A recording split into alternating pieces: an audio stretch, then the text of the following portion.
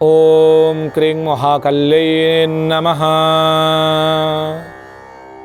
रोगान शेषान पहन्ति तुष्टा रुष्टा तु कामान् सकलान् विष्टान् तुमासितानंग नृपन्नराणं तुमासिता ह्याशयतं प्रयन्ति। नमस्कार दर्शक बंधु, जय जगन्नाथ। मु आपण मानंगर ज्योतिर्वेद वास्तुवेद डॉक्टर शिवत्स खड़ीरत्न आज आपण मानक स्वागत जनाऊँगी आज सप्तांग कार्यक्रम को। दर्शक बंधु, प्रत्येक दिन आप जानुंट देखुं बुझुंट आज दिनर विशेषत्व को आपण मैंने उपलब्धि करुँच। आज आसतु जाना कौन रही अजଣା तथ्य।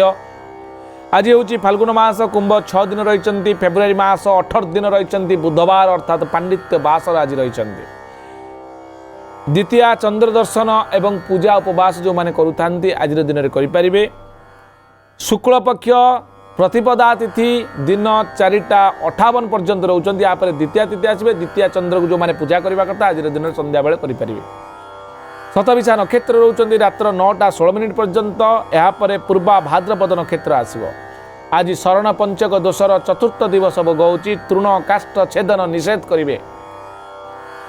कुंभ राशि चंद्रमा 60 दंड पर्यंत रे। शिव जोग रोचंती, बव करण रोचंती।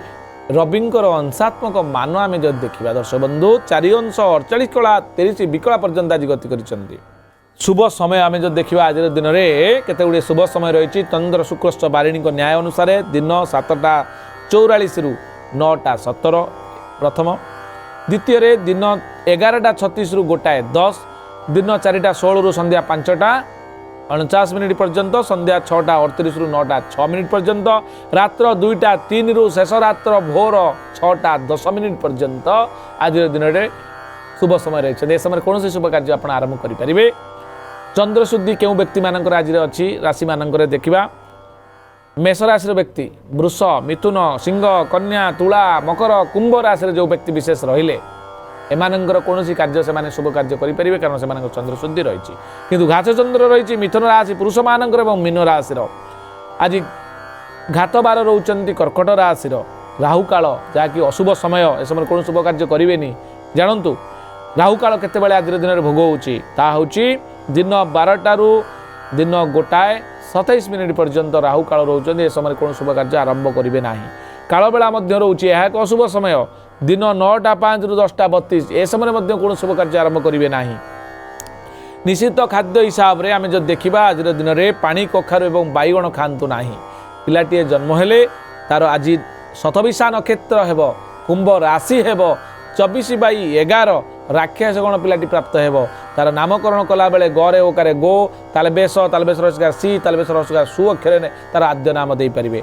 रात्र 9:16 पर जदि कौन पिला आपन परिवार जन्मग्रहण करुचंती ताले पूर्व भाद्रपद नक्षत्र हेब, कुंभ राशि हेब, 25/11 पिलाटी प्राप्त हेब, नरगण हेब, दंतेश्वर एकारे से, दंतेश्वर ओकारे सो एवं द अक्षर तार आद्य नाम आपण जेतेबेले नामकरण करुचंती करि परिबे।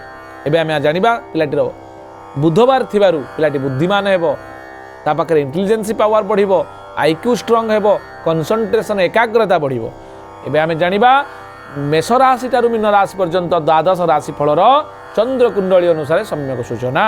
मेष राशि रे पदोन्नति योग, वृष राशि रे धनलाभ योग, मिथुन राशि रे पूजारे आनंद अनुभव करिवे, कर्कट राशि रे व्यय वृद्धि योग, सिंह राशि रे द्रव्य लाभ योग, कन्या राशि रे मान सम्मान वृद्धि योग, तुला राशि रे बांधवी दुख, विचार राशि रे असंतोष, धनु राशि रे आय वृद्धि योग, मकर राशि रे सुसंवाद पाइबे, कुंभ राशि रे आभूषण प्राप्ति, मीन राशि रे मनस्ताप कौन घटना को नहीं आपण मन भितर किछि संताप आनी पारंती।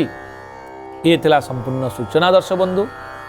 आज एतिकी पुणी देखा आपण मान सहित आसंता काली आज सप्तांग कार्यक्रम। रही नमस्कार, जय जगन्नाथ।